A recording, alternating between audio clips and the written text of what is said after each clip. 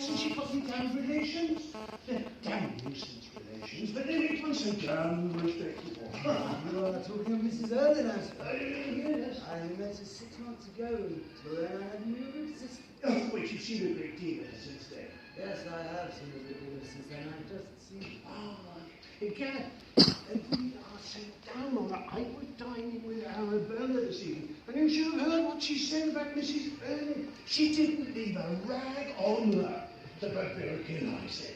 I didn't matter too much, because the lady in question must have a very fine figure. I don't know what to do with her, Mrs. Erlin. She treats me with such damn indifference. I might as well be married to her. She's clever too. She can explain everything. She explains you. She has any amount of explanations for you, dear boy. All of them are different. No explanations are necessary. I have no friendship for Mrs. Erlin. Yeah, but do you think she's ever going to make it into this damn thing called society? I mean, would you introduce her to your wife?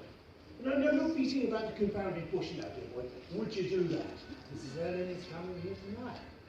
Your wife has sent her a card? Mrs. Erlin has received a card. Oh, then she's all right, but why didn't you say that before? It would save me a heap of worry and damn misunderstandings. Mr. Graham. Oh. Good evening, Arthur. Why did you ask me how I am? Oh. I like people to ask me how I am. It shows a widespread interest in my health. Now tonight I'm not at all well. I'm dining with my people. Wonder why it's one's own people are always so tedious. My father would talk morality after dinner. I told him he was old enough to know better. But in my experience, as soon as people are old enough to know better, they don't know anything at all. Hello, Tuppy. I hear you're going to be married again. I thought you were tired of that old game. Being trivial, dear boy, excessively trivial. By the way, Tuppy, which is it? Have you been twice married and once divorced? Or is that twice divorced and once married? I say you've been twice divorced and once married. It seems so much more probable. I have a very bad memory, dear boy. I really don't remember which. Lord Windermere, I have something most particular to ask you. I'm afraid if you will excuse me, I must join my wife. You mustn't dream of such a thing. It's most dangerous nowadays for a husband to pay any attention to his wife in public. It always makes people think he beats her when they're alone. The world has grown so suspicious of anything that looks like happy married life. But I'll tell you what it is at supper. Margaret, I must speak to you. Lord Darlington, will you hold my fan for me? Margaret, what you said before dinner was of course impossible. That woman is not coming here tonight.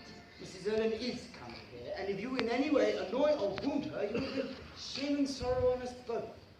Remember that. Only trust me. A wife should trust her husband. London is full of women who trust their husbands. You can always recognise that they look so thoroughly unhappy. And I'm not going to be one of them. Lord Darlington, will you give me back my fan, please? A useful thing, a fan, isn't it? Lord Darlington, I wanted French tonight. I didn't think I'd want one so soon. Lady Windermere. I knew the time would come, but why tonight? I will tell her I must. It would be terrible if there any scene. Margaret! Mrs. Erlin.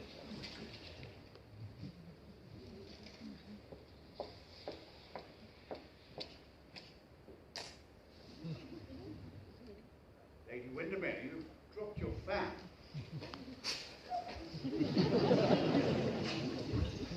How do you do again, Lord Windermere?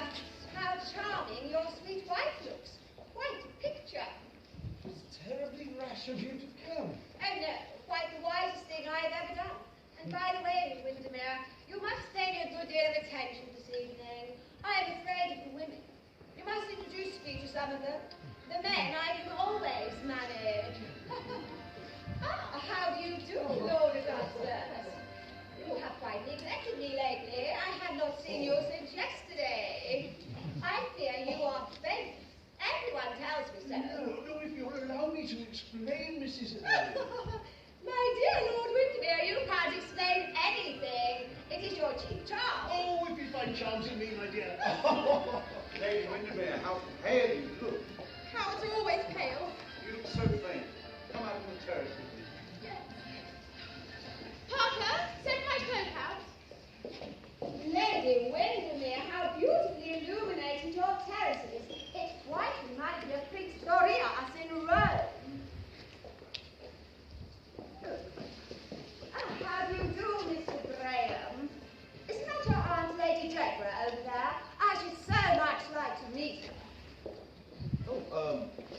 certainly, if you wish it. Aunt Caroline, allow me to introduce to you Mrs. Erling. So pleased to meet you, Lady Deborah. Your nephew and I are great friends, and I am so much interested in his political career, and I am sure he's bound to be a wonderful success. He thinks like a Tory and speaks like a radical, and that is so important nowadays. And yes, he's a wonderful speaker too, and we all know from whom he inherits that. Lord Allendale was saying to me in the park only yesterday, Mr. Graham talks almost as well